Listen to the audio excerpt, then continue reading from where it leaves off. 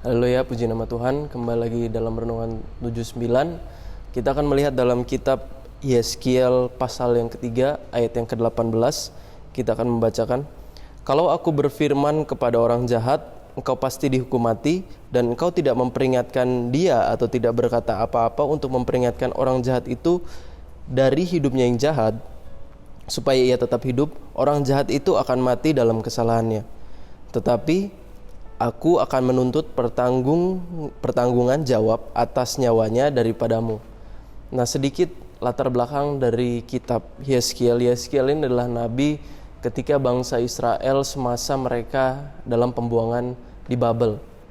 Nah, ketika mereka dalam masa pembuangan, Yeskiel ini adalah nabi yang diutus Tuhan, nabi yang dipilih Tuhan untuk memberitakan kebenaran firman Tuhan kepada orang-orang Israel, kepada orang-orang yang jahat pada waktu itu dalam bangsa Israel. Nah, perintah-perintah yang Tuhan katakan kepada Yeskiel itu harus diberikan kepada orang-orang Israel, harus diberitakan kepada orang-orang Israel, karena itu adalah tanggung jawab dari Yeskiel. Itu adalah sebuah perintah kepada Yeskiel. Nah, Yeskiel tadi sudah dibacakan bahwa Yeskiel itu diperintahkan Tuhan, diberikan tanggung jawab oleh Tuhan untuk memberitahukan kebenaran firman Tuhan kepada bangsa Israel. Nah, kewajiban Yeskiel yang diperintahkan Tuhan itu harus dilakukan. Karena kalau tidak dilakukan, maka ada konsekuensinya. Dan setiap kewajiban atau setiap tanggung jawab yang kita punya, jika tidak dilakukan, pasti selalu ada konsekuensinya. Selalu ada hukuman di balik pekerjaan-pekerjaan yang tidak kita lakukan. Misalkan ketika kita mengendarai motor, seharusnya kita memiliki kewajiban sebagai warga negara Indonesia yang baik, tapi ketika kita mengendarai motor dan kita tidak mematuhi perintah dari pemerintah, maka ada konsekuensinya, ada hukumannya, yaitu kita bisa ditilang, kita bisa didenda. Atau ketika kita melalaikan pekerjaan kita sebagai pegawai, maka kita juga bisa keluar daripada pekerjaan kita. Jadi setiap kewajiban, jika yang tidak dilakukan, setiap tanggung jawab yang tidak dilakukan, maka ada konsekuensinya yang mengikuti. Nah, Yeskiel, Tuhan berkata kepada Yeskiel, jika engkau tidak melakukan perintahku, jika tidak menyampaikan kebenaran firman Tuhan kepada orang jahat, maka konsekuensinya bagi Yeskiel adalah dikatakan, aku akan menuntut pertanggungan jawab atas nyawa daripadamu. Nah, jadi konsekuensi yang diterima Yeskiel itu sangat berat. Jika ia tidak memberitahukan kebenaran firman Tuhan kepada orang banyak, maka nyawanya menjadi tanggungan. Nah, itu adalah kisah dari Yeskiel. Setiap tanggung jawab yang tidak dilakukan pasti ada konsekuensinya. Setiap kewajiban yang tidak dilakukan pasti ada konsekuensinya. Nah, sebagai orang Kristen kita juga mempunyai kewajiban-kewajiban. Nah, kita mengetahui bahwa kewajiban orang Kristen adalah melakukan firman Tuhan dan membangun hubungan yang intim dengan Tuhan. Itu adalah kewajiban dari orang Kristen. Nah, apa yang akan terjadi jika kita tidak melakukan kewajiban tersebut? Sebagai warga negara kerajaan surga, seperti yang ditulis dalam Alkitab, kita juga harus mematuhi, kita juga mempunyai kewajiban-kewajiban tertentu yang harus kita pegang, yang harus kita lakukan sebagai orang Kristen yang benar, sebagai umat pilihan Allah. Nah, kalau tidak dilakukan, dalam Yakobus 4 ayat yang ke-17 dikatakan, jadi jika seorang tahu bagaimana ia harus berbuat baik, tetapi tidak melakukannya, ia berdosa. Konsekuensi dari setiap kewajiban yang tidak dilakukan adalah dosa. Konsekuensi dari setiap kebaikan yang kita tahu tapi kita tidak lakukan adalah dosa.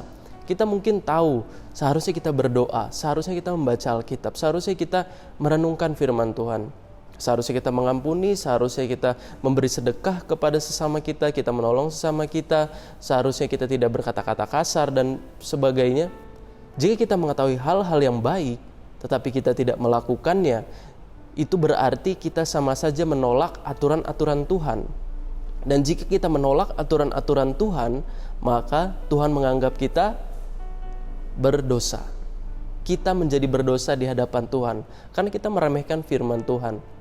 Kita melakukan apa yang baik menurut kehendak kita.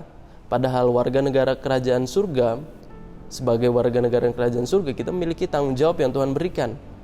Dan itu harus dilakukan. Karena itu adalah tujuan dari kehidupan orang Kristen, menjadi memiliki iman yang kuat di masa akhir hidupnya. Memiliki pendirian teguh di masa akhir hidupnya, mengenal siapa Tuhan di masa hidupnya. Itu adalah tujuan dari orang Kristen. Dan itulah kewajiban-kewajiban dari orang Kristen. Dan jika kita melalaikan segala pekerjaan Tuhan di muka bumi ini, maka Tuhan akan menganggap kita bersalah dan kita menjadi berdosa. Nah, apa akibat dari dosa? Dalam Yesaya 59 ayat yang kedua, kita mungkin sering membacakan bahwa yang menjadi pemisah antara kita dengan Tuhan adalah kejahatan kita. Yang membuat Tuhan tidak mendengarkan doa-doa kita adalah dosa kita. Jadi dosa adalah pemisah kita dengan Tuhan. Jika kita terus melakukan dosa, jika kita terus melakukan kesalahan, kita sementara terpisah dengan Tuhan. Dan apa yang akan terjadi ketika kita terpisah dengan Tuhan? Tuhan selalu memberikan hal-hal yang baik. Tuhan selalu ingin memberikan kepada umat-umatnya hal-hal yang mendatangkan damai sejahtera, mendatangkan berkat, mendatangkan kemuliaan. Tetapi jika kita melakukan dosa, maka hal-hal itu tidak akan menjadi bagian dari kehidupan kita. Bahkan kerajaan surga tidak menjadi bagian dari kehidupan kita. Kalau kita melihat bangsa Israel memiliki kewajiban, memiliki tanggung jawab untuk melakukan firman Tuhan dan membangun hubungan yang intim dengan Tuhan. Tapi ketika mereka melalaikan pekerjaannya, apa yang terjadi?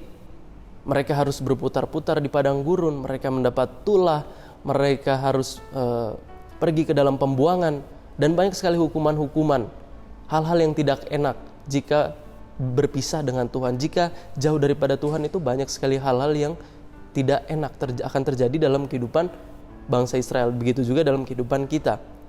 Hal-hal yang baik itu hanya datang daripada Tuhan. Dan jika kita terpisah dari Tuhan, maka ya seperti yang dikatakan, Tuhan tidak akan mendengarkan doa-doa kita. Jadi ketika kita menyalahkan Tuhan, kenapa Tuhan tidak mendengarkan doa-doa kita, mungkin kita harus merenungkan, kita harus berpikir, apakah kita telah melakukan dosa? Apakah kita telah melakukan kesalahan? Apakah kita menuruti perintahnya? Apakah kita membaca Alkitab atau tidak? Apakah kita merenungkan firman Tuhan atau tidak? Jadi hal-hal seperti ini harus kita renungkan. Apakah kita sedang melakukan kesalahan? Apakah kita sedang melalaikan kewajiban kita sebagai orang Kristen? Nah, kalau kita melalaikan pekerjaan-pekerjaan Tuhan, melalaikan segala sesuatu yang Tuhan berikan kepada kita, maka Tuhan akan jauh daripada kita. Artinya hal yang baik akan jauh daripada kehidupan kita. Nah, hal-hal yang baik itu sudah dikatakan bisa sukacita, macam-macam, kebahagiaan, berkat rohani atau berkat jasmani, tapi segala sesuatunya itu bersifat masih di dunia. Tapi ketika kita melakukan dosa, hal yang terutama yang kita akan merasakan kehilangan adalah keselamatan. Ketika kita melakukan dosa, maka keselamatan atau kerajaan surga tidak akan menjadi bagian kita, seperti Yeskiel. Ketika dia tidak melakukan hal yang baik, walaupun dia sudah mengetahuinya, nyawanya akan menjadi tanggungan. Begitu juga dengan kita. Ketika kita sudah tahu harus berbuat baik, caranya untuk berbuat baik, ketika kita tidak melakukan itu, kita menolak Roh Kudus, dan oleh sebab itu nyawa kita akan menjadi tanggungannya. Nyawa kita tidak akan bersama-sama lagi dengan Tuhan. Kita akan terpisah dengan Tuhan, dan keselamatan itu sangat penting bagi kehidupan saudara dan saya. Jangan sampai kita kehilangan keselamatan kita hanya karena dosa-dosa, hanya karena keinginan-keinginan kita di muka bumi ini. Seperti Paulus mengatakan, atau dalam Alkitab mengatakan, pekerjaan salib itu harus kita pikul setiap hari. Setiap orang memiliki salibnya masing-masing, setiap orang memiliki tanggung jawabnya masing-masing, dan itu harus dilakukan setiap hari. Jangan sampai kita kehilangan keselamatan kita. Bukan berarti Tuhan tidak mengampuni setiap kesalahan kita. Tuhan, ketika kita menghadap kepada Tuhan minta ampun, pasti Tuhan akan mengampuni segala kesalahan kita. Tuhan itu Maha Pengampun, Dia panjang sabar. Tetapi ketika Dia mengampuni, Dia juga berkehendak, Dia juga ingin bahwa setiap orang yang memohon ampun kepadanya itu berbalik dan melakukan tanggung jawabnya dengan benar. Pengampunan adalah sebuah kesempatan bagi orang Kristen untuk melakukan tanggung jawabnya dengan benar. Itu adalah kesempatan kedua kali, bisa dibilang seperti itu. Ketika kita mendapatkan pengampunan, ketika kita merasakan pengampunan, jangan kita berbalik berbuat dosa lagi. Tetapi kita harus melakukan pekerjaan kita sebagai orang percaya dengan kasih, melakukan tanggung jawab kita dengan benar. Jangan sampai kita menjadi berdosa di hadapan Tuhan. Puji nama Tuhan. Itu adalah renungan pada hari ini. Kita akan berdoa. Tuhan, terima kasih Engkau adalah Allah Maha Pengampun. Kami tahu Engkau Allah Maha Sabar. Ya Tuhan, kiranya kami berbuat kesalahan, Engkau ampuni segala kesalahan kami dan tuntun kami, memberikan kami kekuatan untuk melakukan segala perintah-perintah yang Engkau berikan kepada kami. Terima kasih Tuhan, terpujilah nama-Mu dalam nama Tuhan Yesus Kristus, Allah yang hidup. Haleluya. Amin.